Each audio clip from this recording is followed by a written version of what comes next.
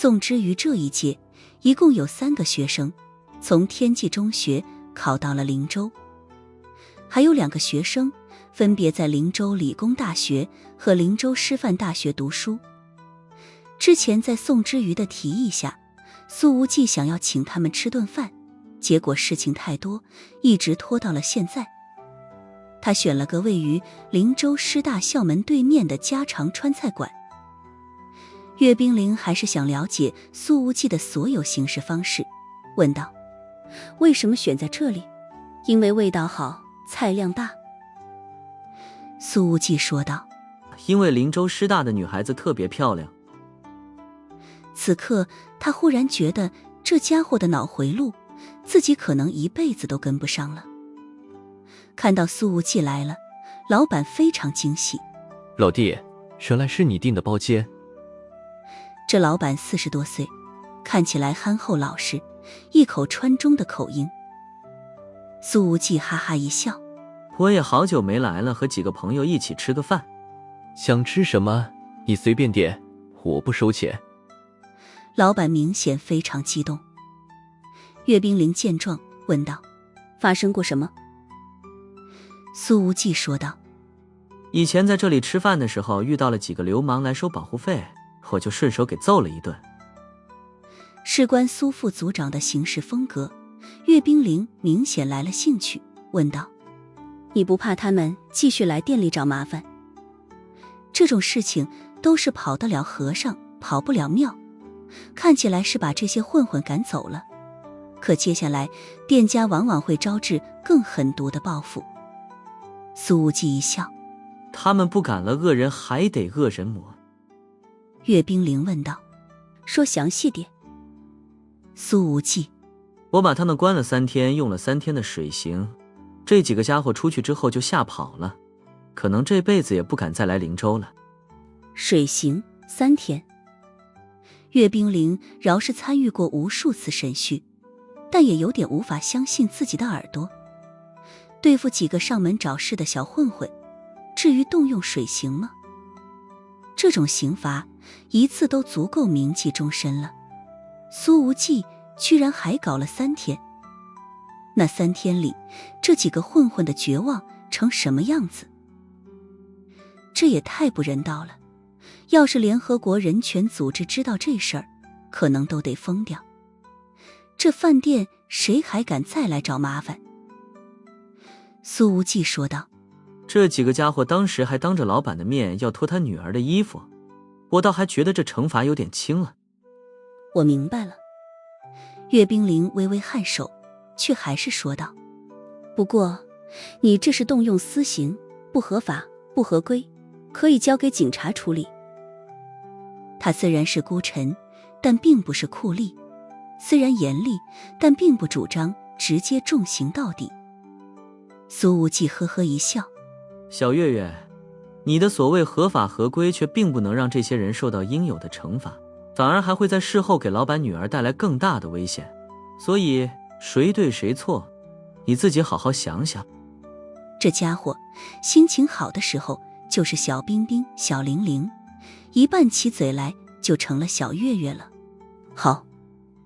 岳冰凌没纠结这称呼，简单的应了一声，没有再多说什么，明显是陷入了沉思之中。显然在苏无忌的面前，他已经努力把自己的偏执和固执隐藏起来了。宋之瑜听着虽然没说话，但是眼睛里的光却无比明亮。这妹子表面上看起来是个乖乖女，可从来都不是个怕事的人，这和她的外表形成了鲜明对比。以往在苏无忌当着她的面打架的时候，宋之瑜都明显有些兴奋，似乎天生带有这方面的基因。这时候包间门打开，正是在灵州理工就读的张燕青同学。这家伙5大3粗的，个头1.85米，看面相就透着朴实。苏老师，我想死你了。他进来之后直接给了苏无忌一个熊抱，持续了半分钟都没松手。好了好了，你差不多了啊。苏无忌被抱得有点喘不过气来，没好气地说道：你又不是女生，抱我那么久做什么？听了这句话，宋之瑜眼睛一亮，笑眼弯弯地问道：女生就能抱你久一点了吗？苏无忌呵呵一笑：想什么呢，女生，连碰我的资格都没有。宋之瑜的声音稍稍小一点：我上次在食堂还拉你手的。苏无忌没好气地说道：那次不算，那不是在演戏吗？小丫头片子，好好学习，别天天想一些有的没的。宋之瑜撅了撅嘴，轻轻一跺脚，那跺脚的力度就像是云朵做的拳头。岳冰凌看了一眼宋之瑜，没说话。张燕青并没有立刻坐下来，而是说道：苏老师，你给我们灵州理工捐了贫困生助学金，我和很多同学都收到了，一直没有机会当面感谢你。苏无忌一摆手：你老师我有的是钱，这不是毛毛雨吗？张燕青说道：我妈说了，等我见了苏老师，一定要让我给你磕个头。说着，这家伙居然直接跪下来了，还结结实实的磕了个响头。你快起来！苏无忌没好气的把张燕青拉了起来，这家伙太实在了，脑门上已经青了一块了。这几年天际中学每个月都会给我家里1000块生活费，我妈的医药费也是天际中学垫付的。我妈说没有苏老师，她肯定已经死了好几年了。这又高又壮的男生说着开始抹起眼泪来了。岳冰凌又看了苏无忌一眼，他在路上的时候已经问过了宋之瑜，知道自己这位朋友和川中贫困生有着怎样的渊源。说实话，那些天际中学的事情让岳格格很意外，但他并没有因此表现出什么情绪来。其实宋之瑜当时也挺无奈，他并不想说太多，毕竟跟一个漂亮姐姐分享自己所珍藏的苏老师，在这方面宋校花是很吝啬的。谢什么谢，你们好好学习就行了，多大的人了还掉眼泪，丢不丢人啊？苏无忌没好气地说着，这话颇有老气横秋的味道。岳冰凌看着现在教书育人的苏无忌，又想起昨天晚上在台上又唱又跳的苏老板，一时间觉得很是有些不真实。对了，任正浩怎么还没到啊？张燕青吸了吸鼻子问道：我前2天还来找他打篮球的。宋之瑜说道：还没回消息，不知道是不是正在路上。张燕青说道：这饭店就在灵州师大门口，以任正浩的急性子肯定第一个到啊，我打电话问问。虽然已经时隔4、5年，但苏无忌对任正浩记得很清楚，这小子非常热心，学校里的脏活累活都抢着干。每年的暑假过后，他都第一个带着镰刀来到学校操场，顶着毒辣的太阳对付那些在夏天疯长的野草。电话接通，张燕青说道：正浩，你怎么还没到呢？可是接电话的却不是任正浩本人，而是个女人的声音。你好，我是任正浩的辅导员，正浩出了车祸，现在正在灵州人民医院，伤得比较重，联系不上他的家人。苏无忌的眉头一皱，立刻站起身子。怎问一下？我也去。岳冰凌说道。宋之瑜已经直接推起了他的轮椅。当苏无忌赶到医院的时候，赫然看到任正浩的脸上多处红肿和严重擦伤，鲜血已经结成了大面积的血痂了。他的腿明显变形了，脚踝肿得老高，手臂更是弯折，锁骨也断了，高高凸起，把肩膀顶出了一个包，看起来触目惊心。任正浩是有意识的，但明显很痛苦，闭着眼睛不断发出痛哼。怎么回事？苏无忌问道。辅导员是个看起来30岁左右的女老师，她说道：郑浩同学今天早晨过路口时被无牌摩托车从后面撞飞了。苏无忌的眉头微皱，伤势怎么样？断了7根肋骨，脚踝和胳膊严重骨折，肩胛骨和锁骨粉碎性骨折，全身一共骨折14处。辅导员说道，但是由于撞出了严重气胸，现在没法手术，得等气胸自行消除到危险程度以下才可以，起码得半个月以上。浑身骨头都碎了，再硬抗半个月，这其中的痛苦简直无法想象。张燕青的拳头攥得咯吱直响，这个高大的男生不断地掉眼泪。肇事者找到了吗？苏无忌问道。事发地点有监控，交警还在排查。辅导员说道。但是据他们说，想找到肇事者难度很大。苏无忌立刻给肖英雷打了个电话，和林州交警对接一下，看看今天早晨任正浩的车祸过程，全力寻找肇事者。宋之瑜的眼眶也有些发红，他说道：任正浩的爸爸去世的早，妈妈身体也不好，正浩上了大学之后，妈妈就去金阳的鞋厂里打工了。他无法想象，如果任正浩的妈妈看到儿子受了这么重的伤，得心疼成什么样子。岳冰凌一言不发，只是坐在病房的一角。他不会发表意见，只想要看看苏无忌接下来会做出什么反应来。苏无忌问向病房里的其他几个人，郑浩同寝室的同学：你们还知道什么细节吗？其中一个男生说道：出车祸的那条路是郑浩每天的必经之路，他早晨4点半离开宿舍，去帮一个早餐店打工，8点钟的时候再跑步赶回学校上课。苏无忌问道：他一直在打工吗？那男生回答：是的，平时在早餐店帮忙3小时，每天给60块钱，管一顿早饭，可以放开了吃。另外一个男生补充道：郑浩早晨吃饱，中午就不吃了，到晚上再吃饭，每天2顿饭，他的生活非常节省。苏无忌的关注点却不在这上面，他看了看岳冰凌，后者也正看向他。你觉得呢？苏无忌问道。岳冰凌：还需要更多证据。苏无忌微微沉吟了一下，又问向了那几名同寝室的同学：任正浩和他的妈妈平时多久联系一次？每天晚上都会打电话的。一名男生说道。但是现在怎么也联系不上。苏无忌拿起任正浩的手机，翻了翻聊天记录，又看了看岳冰凌。证据已经够多了。似乎他已经确定这是一场刑事案件。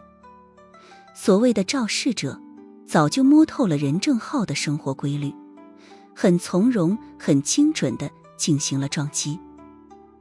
然而这时候苏无忌的手机响起来，他收到了一条信息。看了看手机，苏无忌的眼睛里陡然寒光四射，因为信息的内容是：就凭你也想把首都金融圈搞得天翻地覆，老老实实滚回灵州，今天这场车祸就是警告。苏无忌始终都没有否认过，首都是有很多高人的。他之前故意被抓，以此去了一趟首都，让那些家族注意到了自己。这首都之行看起来狠狠踩了魏家和林家，好像引发了一场地震，让很多家族感觉到了狂风将起。那些涉及此事的家族一直在打岳冰凌和岳彤宇的电话，想要缓和此事，表面上的态度看起来恭敬软弱，可实际上这一场车祸却证明了他们一直在酝酿着报复。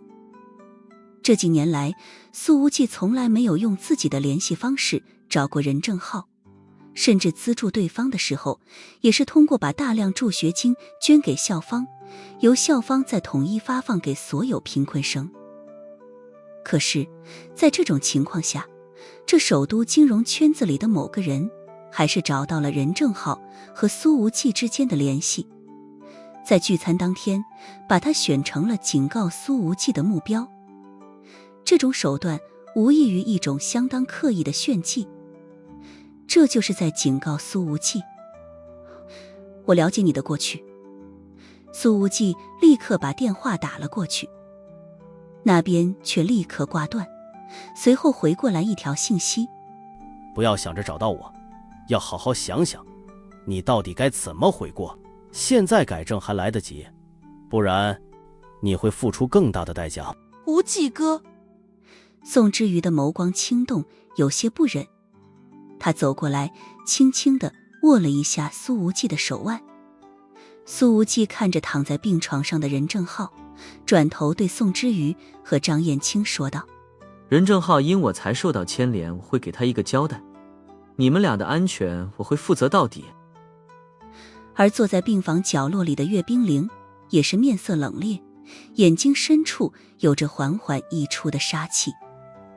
他其实是主动担当了这次金融圈地震的正面主力，可是那几个涉事家族表面上在对调查局服软求饶，可背地里却直接把刀子捅向了苏无忌的后腰，简直阴险至极。岳冰凌开口说道：我认为最大的嫌疑人是魏高浪的父亲魏东鹤，此人心眼很小，睚眦必报。魏高浪的舌头几乎被拔掉，他必然怀恨在心。顿了顿，岳冰凌轻轻摇了摇头：当然，我没有证据，只是判断。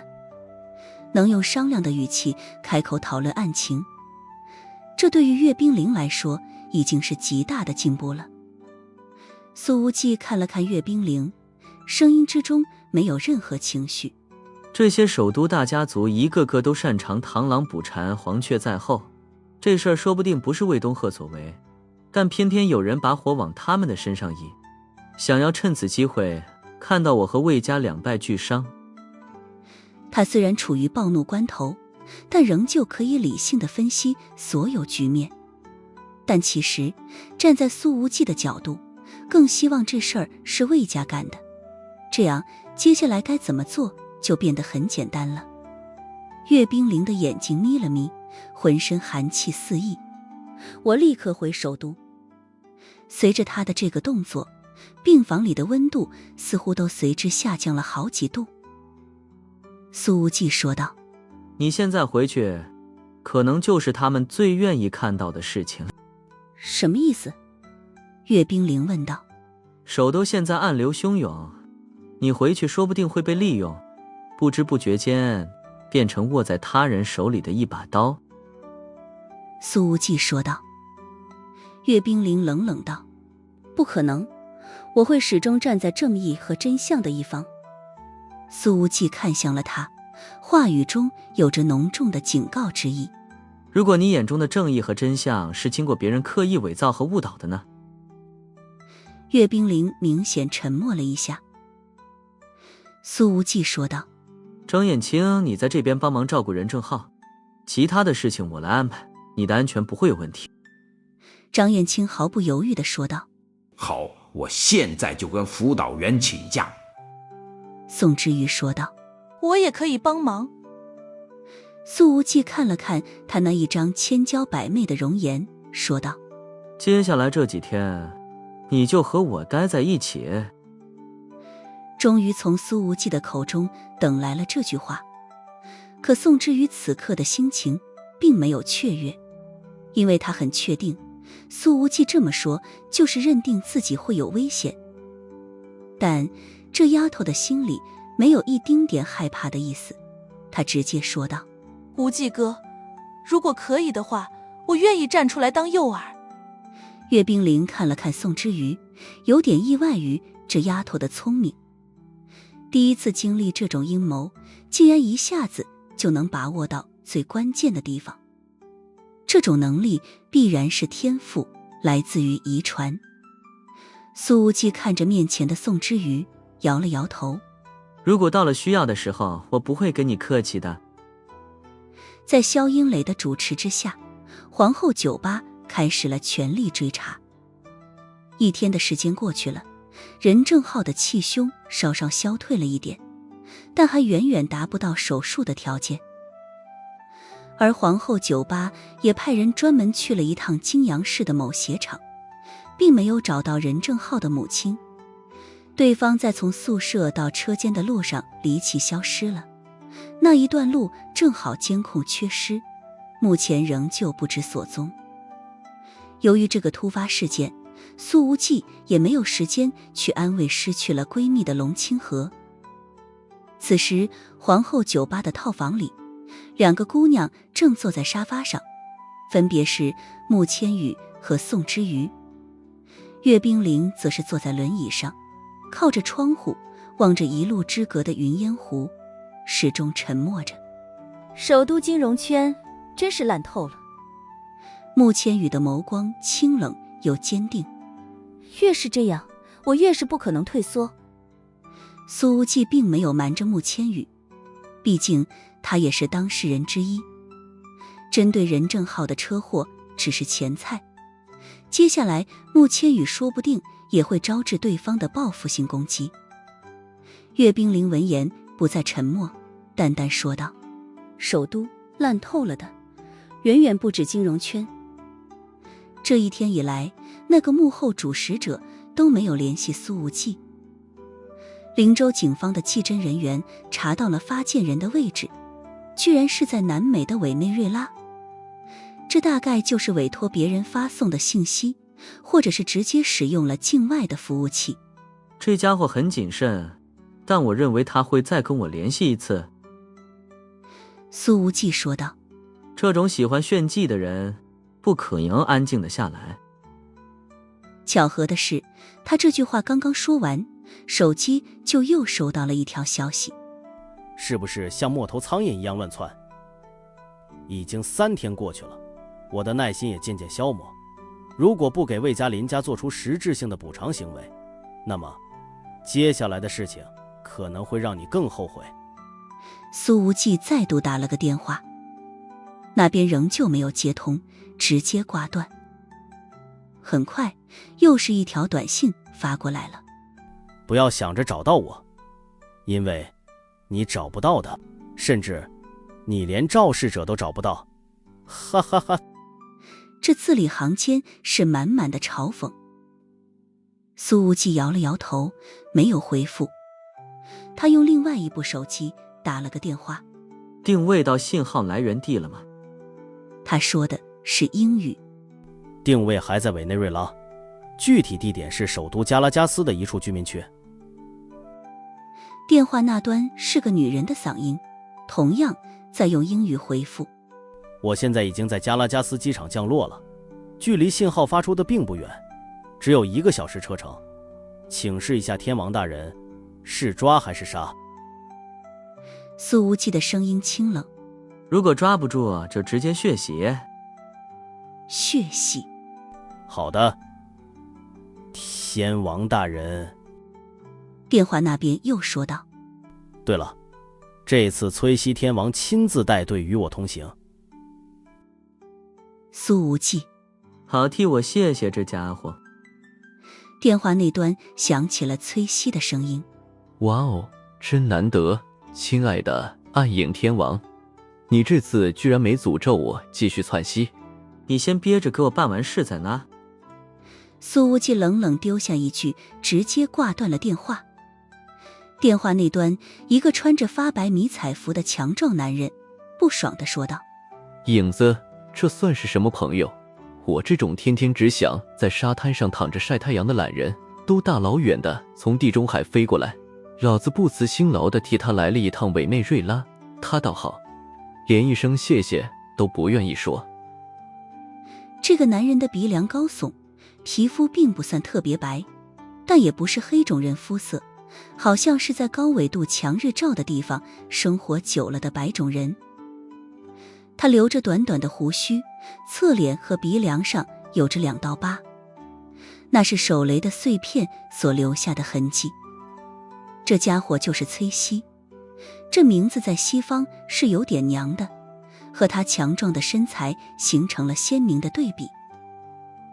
他出生于摩洛哥边境，是西班牙与摩洛哥的两国混血，棕色的头发微微卷曲着，像是被炮火燎过的羊毛，眼睛深处沉淀着地中海的深蓝。而在崔西旁边，则是坐着一个敲着笔记本的，是个子矮矮的白人女子。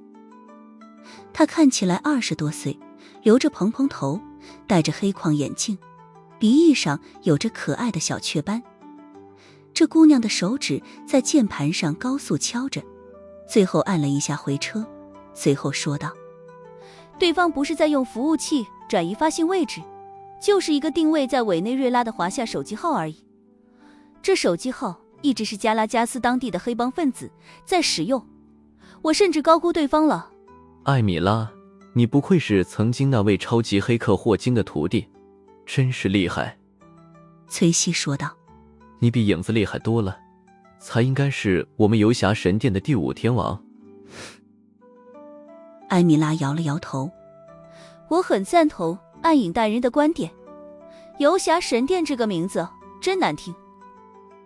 崔西没好气地说道：你们懂个屁，在西方黑暗世界，一个势力想要彻底站稳脚跟，就必须起一个响亮的名字。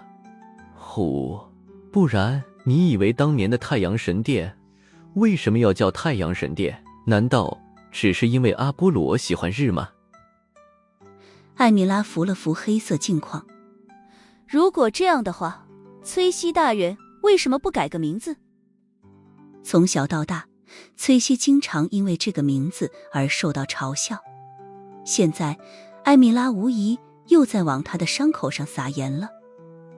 崔西不爽地说道：我倒是想改，如果不是怕引起宗教纠纷，我甚至想改名成耶稣。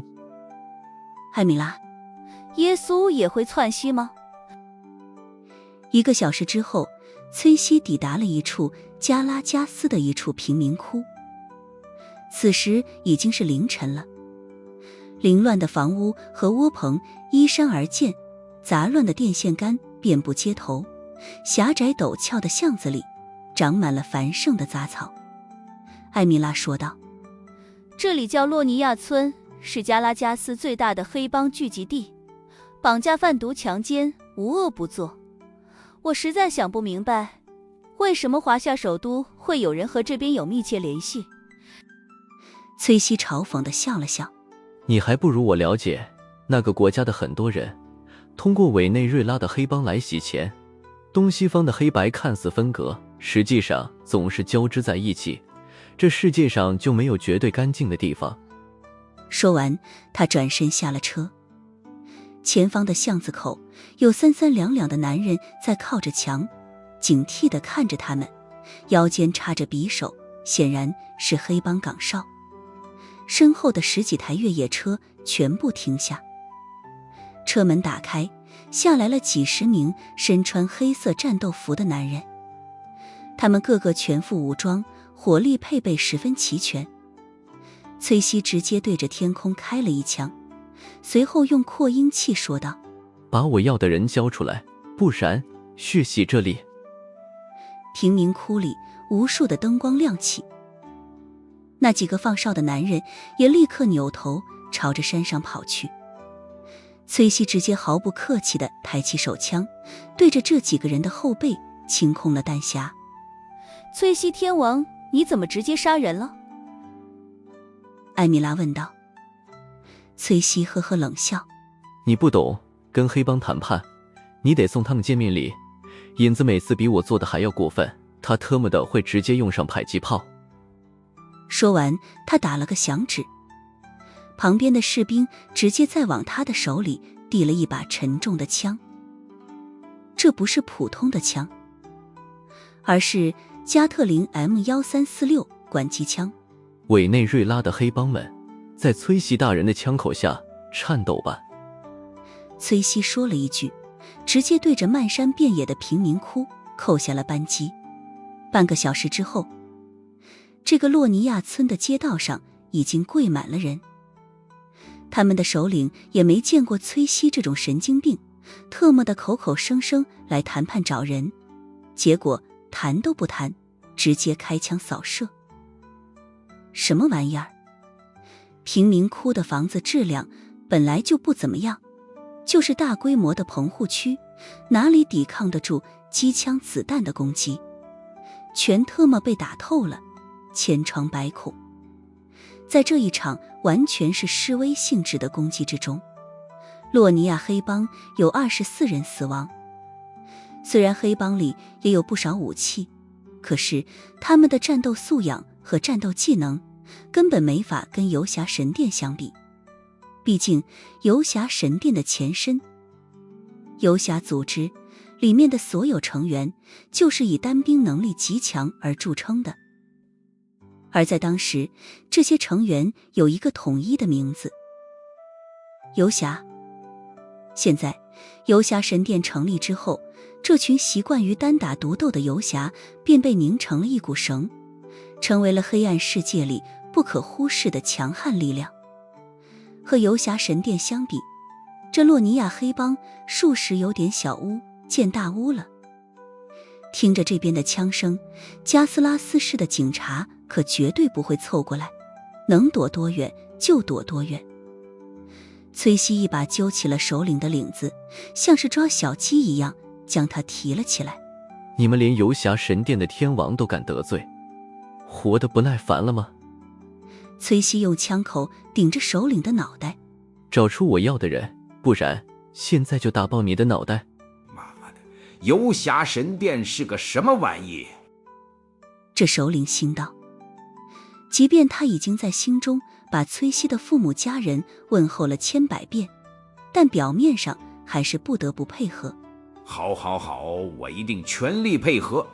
请问大人要找什么样的人？崔西示意埃米拉上前，把那个号码拿给了首领。137镇，这是个华夏号码，不是委内瑞拉的手机号。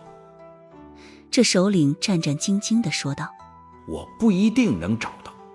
这定位就在你们这片贫民窟里，如果找不出来，就给我死在这儿。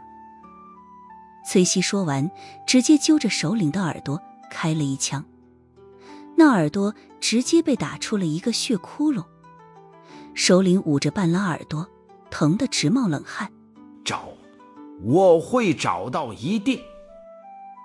艾米拉见到此景，终于明白了为什么暗影天王和崔西天王两人的关系会这么好了。一个是你永远不知道他要出什么招，一个是你永远也不知道他会什么时候开枪。一个是足智多谋，一个是纯粹的神经病。崔西就是后者，但神经病往往也有奇效。就像现在，不到5分钟，一只儿首领便拎着一个男人跪在了崔西的面前。这个男人是东方长相，只穿着大裤衩，浑身都在发抖。那手机号就是他的。一只耳首领说道：这是我们的财务总监华夏人，叫皮开元。然而崔西听了之后，一巴掌抽在了这首领脸上。你特么一个黑帮，还特么的需要财务总监？这一耳光的大部分力道都落在了首领那半拉耳朵上，疼得他一阵阵颤抖，眼前不断发黑。洗钱，华夏境内有人需要我们帮忙洗钱，所以需要财务总监。这首领忍着疼大喊道：这个皮开元是我们和华夏方面的联系人，他是那边派来的代表。崔西看向了那位赤着上身的财务总监。之前当枪声响起来的时候，他正在被窝里搂着2个南美的妞睡觉，衣服都没来得及穿上，便躲到了床底下。当然皮开元还以为是黑帮火拼，根本没想到对方搞出这么大的动静，只是为了寻找自家老板让自己往华夏发了几条短信，他便照着做了，根本没想到居然惹得特种部队直接打上门来。是的，皮开元现在还以为游侠神殿是特种部队，毕竟他们这全副武装的样子，看起来绝对能吊打委内瑞拉的军队。找一个房间，我们单独谈一谈。崔西看着皮开元，真是有意思，遇到专业洗钱的了，正好可以扒一层皮下来。艾米拉扶了扶镜框，从一旁提醒道：你不能独吞，记得给暗影天王分一半。崔西没好气地说道：要不是你颜值不太高，我真的会怀疑你俩有一腿。1个小时之后，苏无忌收到了崔西的电话。崔西人找到了。崔西的第一句话便是：给你留了300万美金，他们专门在美洲洗钱，我把流动资金全给弄来了，拾了个大户。你脑子窜稀了？我现在要钱干什么？审出什么结果了吗？苏无忌问道。法克，我脑子没窜稀。崔西没好气地说道。我已经让艾米拉把照片和审讯结果发给你了。这个家伙的老板藏在华夏首都。哼，苏无忌说道。再见。我给你弄来了那么多钱，你连谢谢都不说一声，太过分了吧？崔西喊道。苏无忌说道。以你的尿性，起码自己扣了500万，你应该谢谢我才对。说完，他直接挂断了。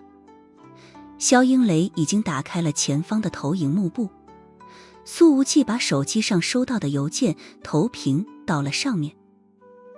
艾米拉的整理非常详细，率先出现的是皮开元的照片。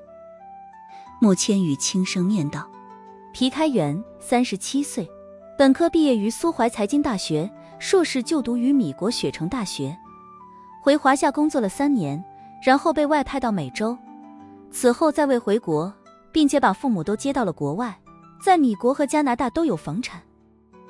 他随后给了一句评价：这是一个标准的代理人形象，只要找出他在国内的老板，一切就迎刃而解了。岳冰凌看着此景，没有吭声。如果这件事情让中央调查局来办，那么效率绝对不会有这么高，起码只是根据一个发了2次短信的号码，从南美的黑帮里把一个人找出来，就几乎不可能办得到。按规矩办事，就必然会被规矩所限制。真要跨国抓人，光是前期的对接流程就繁琐的要命，一个不小心还能引起国家纠纷。1天时间找出真相。不得不说，苏无忌这次的处置方式真的让岳冰凌开了眼。苏无忌往下翻了2页，眼神已经变得杀气腾腾。联系方式全都有，转账记录也有。走，抄家伙去首都。肖英磊直接拿起对讲机，命令道：皇后酒吧今天停业，全员集合。不过这时候苏无忌的手机响了起来，来电的是朴妍希。分局看了1天监控，找到摩托车肇事者了。朴妍希说道。他的警觉性很高，中途换了2台车，现在已经从林州逃窜到了苏淮省的淮东市。至于抓捕行动，是让警方来，还是你自己上？苏无忌的眼睛一眯说道：我自己来。这种事儿一旦让警察介入，那么自己就要少了很多发挥的空间了。好，你多当心些。朴妍希说道。关于任正浩母亲的失踪一案，我们还在调查，有结果了我再通知你。苏无忌立刻打给了邵永阳。你去首都富林金融公司，找到总裁裴东胜和副总裁魏宇翔，把人扣了，等我回来再审。邵永阳连原因都没问。我马上出发，现在就联系首都国安抓人。而这个富林金融公司就是皮开元洗钱行为的真正老板，让他给苏无忌发消息的正是总裁裴东胜。至于苏无忌为什么要把副总裁魏宇翔也抓了，纯粹是因为苏无忌看到他姓魏。他不知道这事儿究竟是魏家干的，还是别人嫁祸，但必须两手准备。至于这富林金融公司背后的大鱼，苏无忌没有把话说完，随后看向了岳冰凌。这两人在查案子上的思维还是能大体对得上的。岳冰凌看到苏无忌的眼神，淡淡说道：我现在回中央调查局，马上成立专项调查组，明天介入此案，所有说情的人在我这儿一律走不通。其实他更想跟苏无忌去淮东抓人，想要看看这个青年是怎么具体解决此事的。但这案子背后可能是一只大老虎，岳冰凌必须先回手，都稳住局面，不然给对方留出出招的空间，到时候肯定波澜四起，麻烦就大了。谢谢朗。苏无忌对岳冰凌说道：是朋友，不用说谢谢。岳冰凌冷冰冰地说了一句，自己推着轮椅向外行去。穆千羽也起身说道：无忌，我现在回去安排一下，加速铃木银行进首都一事，我有人保护，你不用担心我的安全。苏无忌，哼。穆千羽的这个决定非常对他的胃口。首都那边越是拦着，铃木银行就越是要强势。既然已经激起了风浪，那就让这些风浪变成海啸。无忌哥，我去医院吧，和张燕青一起照顾任正浩。宋之瑜说道。他并没有主动要求跟苏无忌一起行动，怕成为对方的拖油瓶。医院那边有皇后的几个安保在保护，应该不会出问题。宋之瑜已经判断出来了，既然此案已经无限接近了幕后真相，那么自己就不需要主动变成诱饵来引蛇出洞了。哼。苏无忌应了一声：我派车送你去医院，在我解决此事之前，你不要回学校。这时候小庞走了进来。老板，肖经理已经把车子准备好了，现在可以出发去淮东，车程6个小时。苏无忌沉声说道：现在出发路上开快点，把时间缩短1小时。而这个时候，窗外忽然传来了直升机的声音。苏无忌往外一看，4架直负20已经飞过来了。他的手机响起来，正是江晚星的来电。电话一接通，蜜桃少校那风风火火的声音便传了出来：带着你的手下登机，送你们去淮东。自从认识了苏无忌之后，江晚星便经常带着手下往宁海灵州这一带跑了。这一次他只带了2名绝密作训处的战士，都是之前跟苏无忌一起去公海执行过任务的，配合起来也会有默契感。因此这4架直升机飞到皇后的时候几乎都是空着的，就是为了给苏无忌腾地方装人。苏无忌登机之后，坐在了江晚星的旁边，说道：我以为你在首都，所以没把这事儿告诉你。我早就问了妍希姐。江晚星说道：就算是你不告诉我发生了这种恶劣事件，绝密作训处也已经知道消息了。这话听起来在理，实际上这事儿基本不在绝密作训处的工作范围之内。蜜桃少校多少有点公器私用了。随后江晚星指了指机舱后面的武器柜：所有的装备都准备好了，4架直升机上一共4支狙击枪，36支突击步枪，子弹管够。你给我准备那么多武器，不知道的还以为要打恐怖分子呢。这一刻，苏无忌其实有些感动于江晚星的细心。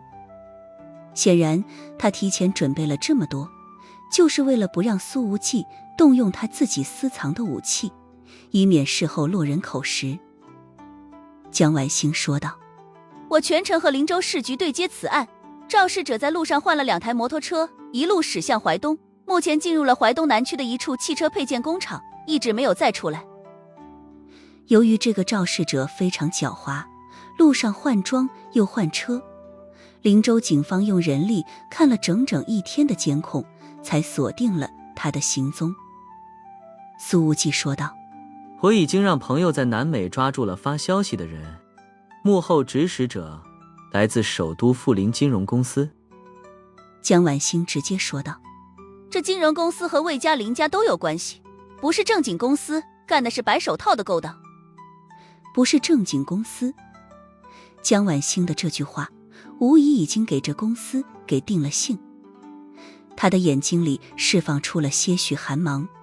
这魏林两家也是毒瘤，洗钱都洗到南美去了，这一次说不定比恐怖分子更难对付。苏无忌摇了摇头，接着说道：起码从表面上来看，此事和魏家林家有关系，只是目前还不能完全排除。是不是背后有人在祸水东引，想要坐收渔利？此事看起来迷雾重重，背后似乎是有一双眼睛在盯着自己。但对于苏无忌而言，想要带着苏家回归首都，这2天的经历顶多算是前菜而已，无穷的明枪暗箭还在后面。江晚星杀气腾腾地说道：从淮东抓了人之后，我们直奔首都，这些人渣一个都不放过。淮东市位于苏淮省最北部，曾经是古九州之一，华东门户，5省通衢，也是淮东经济区的中心城市。之前去皇后酒吧找麻烦的齐光明、齐光亮两兄弟就是来自于淮东。这一次直升机从灵州飞过来，几乎横穿了整个苏淮省，到了淮东的城南开发区，油量也快要见底了。淮东特警一直在工厂周围布控，没有发现有人逃出来。江晚星说道：那个汽车配件工厂被国产某倒闭品牌的应付账款拖垮了，已经停产2个月了，没有工人上班，不用担心误伤。苏无忌眯了眯眼睛，希望这家伙还在里面。而这个时候他的手机响起来，一看来电居然是崔西。哈喽，亲爱的影子天王。崔西说道：有个消息你一定很想知道。我马上要抓人了，你有屁快放，还有下次说话前把亲爱的这3个字给我去掉。苏无忌没好气地说道：我听说赏金猎人莫雷蒂前几天收了一笔钱，然后去了华夏。崔西说道：莫雷蒂。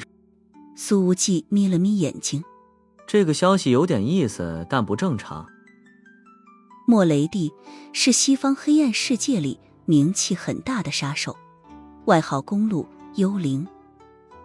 之所以有这个名号，是因为他曾经是职业的摩托车手，甚至代表雅马哈车队参加过1年的世界巡回赛，还拿过1次分站赛的冠军。这家伙擅长近身格斗，精通多种冷兵器，飞刀绝技也是出神入化。所以当崔西说出这个名字的时候，苏无忌的第一反应便是莫雷蒂大概率就是那个撞飞了任正浩的人。只是这件事情的不对劲之处在于，撞伤任正浩用得着大名鼎鼎的莫雷蒂出手吗？普通的路人也可以办到啊。崔西明白苏无忌的意思，我知道你为什么认为不正常，但我告诉你，这次莫雷蒂虽然收费很高，但对方的要求是伤人，不是杀人，而莫雷蒂本人并不是疯子，对于去华夏杀人也是很有顾虑。好，谢谢你的消息。苏无忌准备挂断电话了。你就不想问问我为什么能知道这一切吗？崔西笑眯眯地说道。苏无忌说道：为什么？崔西的语气里充满了得意。我前几天试了任务工会的中介人，是个美女，特别黏我，我把她弄得爽了，就什么话都对我说。希望你给她留个好印象，别在床上坏了游侠的名声。苏无忌说完，直接挂断了电话。直升机已经提前降落，特警车辆已经等在下方，绝密作训处的苏淮省特勤组也已经准备就绪，无条件配合江晚星的指挥。此时已是下午，苏无忌看着那处停产许久的汽车配件厂，对身后的厨师长说道：老李，你带人找好四面狙击位置，盯好厂区，不要让任何人跑出来。是，老板。厨师长老李说着，对身后的3个年轻厨师一挥手。江晚星正好带了4把狙击枪，4名厨师一人一支。这什么厨师队伍，简直就是狙击小组。小爬，你跟我一起进去。苏无忌说道。我也一起去。江晚星说道。苏无忌，你留在后方指挥。江晚星很坚持。我去前线能更好地判断形势。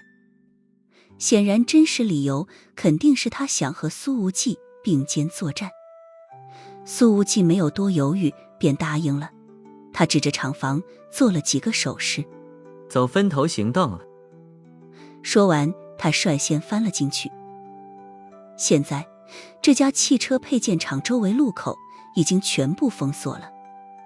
这汽车配件厂有4个厂房，还有一栋小小的办公楼。厂房的大门紧闭，整个厂区里也没有任何的警戒。苏无忌直接攀上了侧面的窗户，透过玻璃赫然看到厂房里有8个男人，4个男人正在打着牌，旁边有着简易的折叠床，还有满地的一次性饭盒，还有2个人在简易床上睡着觉，剩下的2人坐在折叠椅上抽着烟，刷着手机小视频。而在厂房角落里停着几台国产公路摩托车，还绑着一个50多岁的女人。女人留着短发，发色灰白，皮肤微黑，有些粗糙，穿着更是朴素。苏无忌曾经对班级里的每一个学生都家访过，他一眼就认出来，这位就是任正浩的母亲。当时任正浩的母亲在上班的路上，有一小段路是没有监控的，而他恰恰是在那段路上失踪的。只是没想到他居然被绑到了700公里之外的淮东。这时候通讯器里传来了江晚星的声音：其他厂房和办公楼都已经排查过了，没有问题。苏无忌说道。都在1号厂房。说完，他直接一脚踹碎了厂房玻璃，从3层楼高的窗口跳了进来。那4个男人大吃一惊，然而他们甚至都还没来得及反抗，苏无忌便直接开了枪。砰！这一发子弹直接命中一个男人的小腿，这家伙正准备从腰间拔枪呢，挨了这一枪，他直接摔倒在地。苏无忌跟上就又是一枪，这一发子弹穿透了这个男人的右手腕，后者的枪也握不住了。苏无忌又射出了2发子弹，又命中了对方的左膝盖和右肩膀。这一下，这家伙的4肢都没法动弹了。这电光石火般的4枪是连续射击的，发生在2秒钟之内。其他人甚至都还没来得及反应过来。放倒了一个人之后，苏无忌的突击步枪瞄准了第2个人，一发子弹直接射穿了他的腹部。全部双手抱头跪在地上，不然我下一发子弹就瞄准脑袋了。苏无忌冷冷说道。然而有一个还不信邪，在跪下的同时偷偷把手伸向了后腰，显然是要拔枪。苏无忌毫不犹豫地扣下扳机，一发子弹直接命中了此人的眉心。这个男人的脑袋上炸开了一朵血花，仰面朝天地甩在地上，睁着双眼，死不瞑目。剩下的5个男人便根本不敢再反抗了，立刻双手抱头跪倒在地。此时苏无忌已经确定现场没有莫雷蒂。这时候，外面传来了一声巨响，厂房大门被小庞从外面暴力打开了。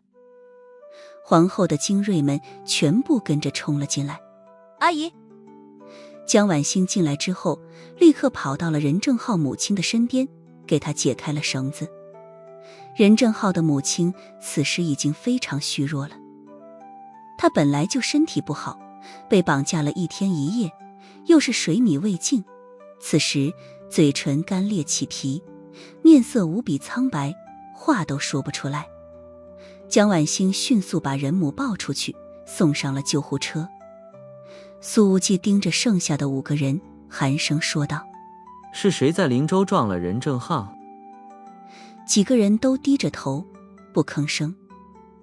砰！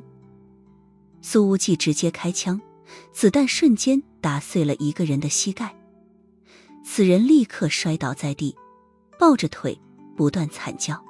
不说就都死。苏无忌冷冷道。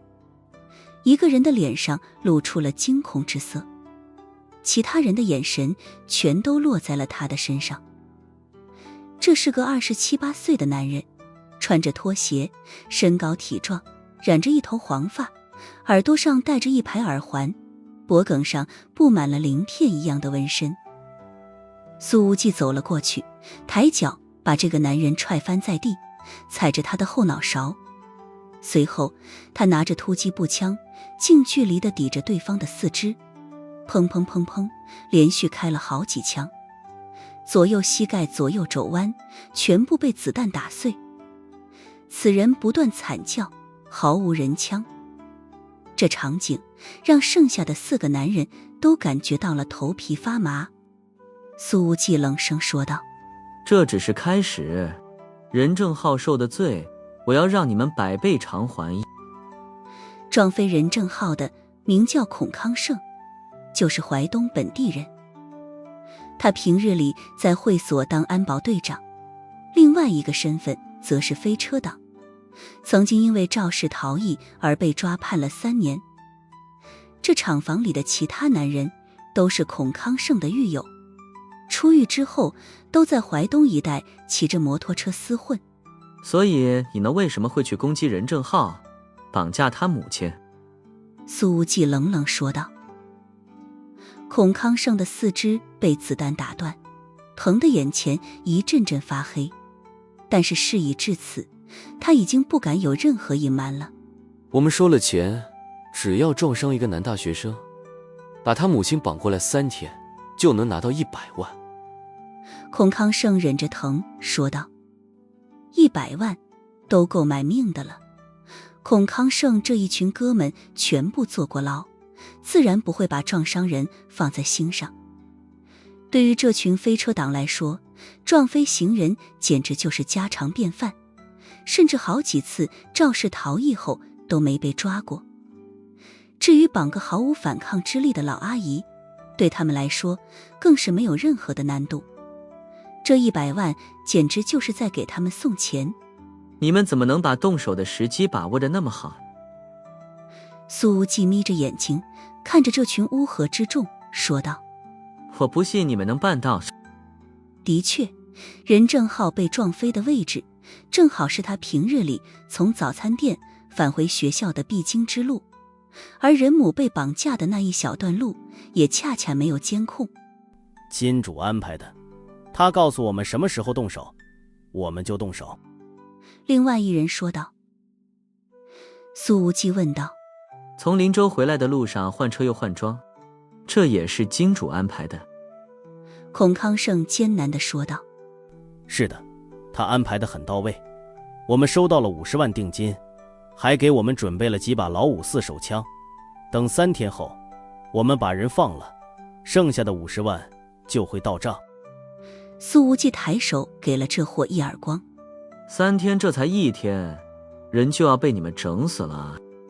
的确，任母身体不好，滴水未进，要是被持续饿上3天，真的会出人命。我也快被你整死了。孔康胜说道。他虽然表面上服服帖帖，但眼睛里藏着恨意，这些社会败类天天横行霸道，只有他们欺负别人的份儿，什么时候吃过这样的亏？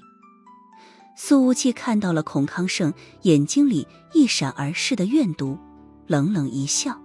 我喜欢你这样看我的眼神，如果5分钟之后你还能这样看着我，就算我输。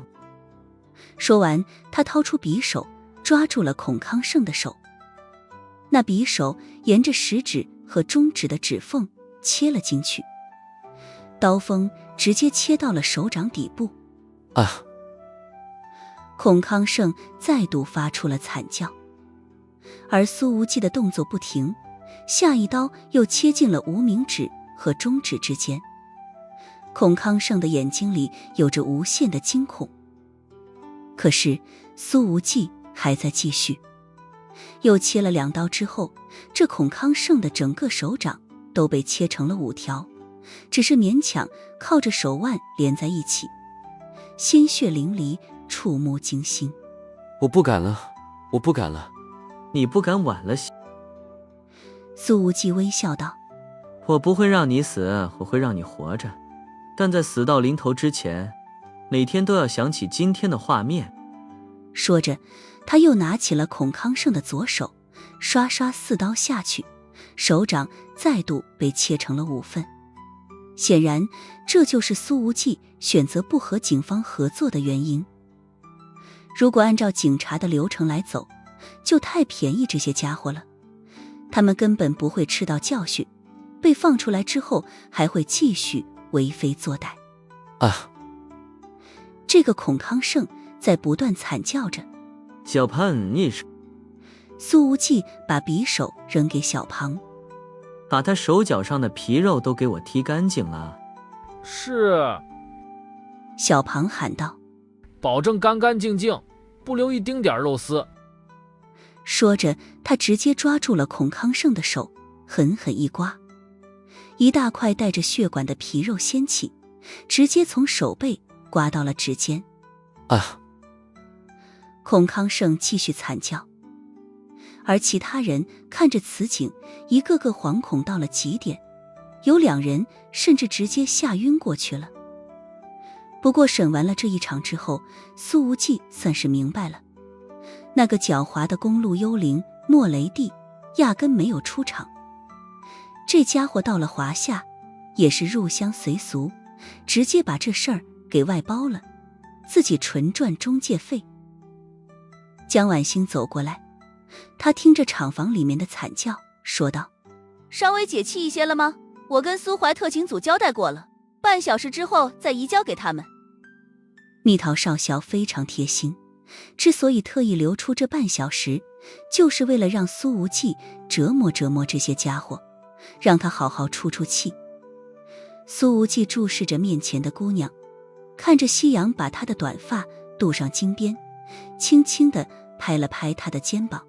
婉星，这次谢谢你。江婉星笑道：咱俩什么关系？你跟我客气什么？我又不是叶冰凌。看来慈静在任何时候都免不了，哪怕是以江少校的飒爽性子，也是难免的。等我10分钟，我们直奔首都。苏无忌说着，随后走回了厂房内部。这时候，小庞已经把孔康胜双手的皮肉给剃得干干净净了，只剩染着血的手骨。你们该死！我要杀了你们，杀了你们！孔康胜惨叫了半天之后，开始大骂着，无比愤怒，眼神之中的怨毒更重了。苏无忌抬手指了指小庞手里的匕首。小庞插嘴：是。小庞闻言，直接用左手捏着孔康胜的腮帮子，右手把匕首的刀锋插进了他的嘴巴里。孔康胜瞪大了眼睛，紧接着小庞的手攥着匕首，在他的嘴巴里旋转搅和了好几圈，浓烈的血腥味已经在孔康胜的口腔里面炸开了。他的牙龈被刀锋搅烂，牙齿几乎全部掉下来，就连舌头和扁桃体都被搅成了好几块，无论是上颚还是腮部都被划得不成样子了。等小庞把匕首抽出来，孔康胜忍不住的一张嘴，鲜血混合着牙齿和舌头碎块都随之吐出来。这家伙受此折磨，眼睛里的怨毒已经彻底消散，取而代之的是无穷无尽的痛苦与惶恐。苏无忌说道：小庞把这里每一个帮凶都查一遍。小庞揪起另外一个男人，将他按在地上，然后很严谨地反问了一句：老板，用匕首插？苏无忌眼皮跳了跳：不然呢？是。小庞手起刀落，明晃晃的匕首直接捅进了面前这个男人的屁股里。苏无忌看着两股发凉：我说的是插嘴，笨蛋。小庞于是便把沾满了不可描述之物的匕首拔了出来，重新捅进了这家伙的嘴巴里。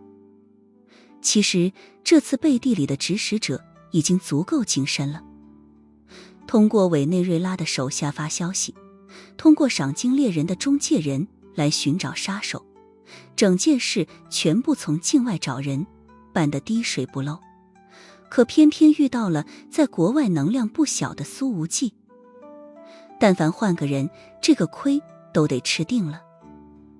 等苏怀特勤组成员和特警们进入了汽配厂，看到了现场的情景，一个个都感觉到了头皮发麻，浓烈的血腥味道简直让人呼吸不过来。直升机已经加满了油，苏无忌带着一众皇后成员杀气腾腾地直奔首都。这时候白旭阳打了个电话来：无忌，你在哪里呢？你那边听起来怎么这么吵？苏无忌说道：我在直升机上。白旭阳说道：我有个消息要告诉你，你说还方便吗？旁边有别人吗？苏无忌：江晚星在我旁边。白旭阳：你俩又在一起？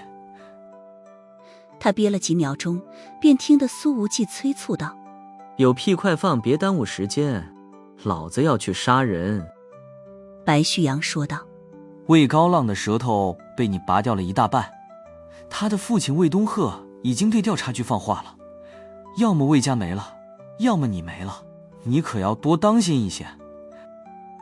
苏无忌：你说的这个消息我早就知道了，还有别的吗？其实魏家从一开始就隔空对苏无忌放狠话，而魏东鹤能公开这么讲，恰恰让苏无忌觉得这次从西方买凶的事情不是他干的。白旭阳说道：还有，我看到穆家三叔从魏家大院里出来了。秦桂林的声音从一旁传来：我也看到了，不是我先看到的。苏无忌的表情一下子变得很精彩。千万别告诉我你们这两位千金大少爷在亲自盯梢魏家。白旭阳的语气里正气凛然：我们俩也是闲着无聊，不如干点有意义的事情。有意义个屁，这事儿你们掺和什么？苏无忌没好气地说道：抓紧滚回家，当心人家偷偷把你们俩给做了。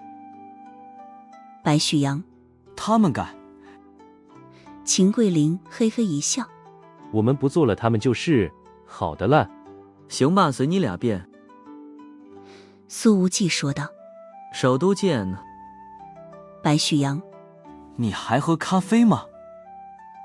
苏无忌没回答，直接把电话挂断了。其实白旭阳提供的这个消息对于苏无忌来说是挺关键的。穆家老三穆东升居然出现在了魏家大院，铃木银行进首都的重重阻力，说不定这货也有责任。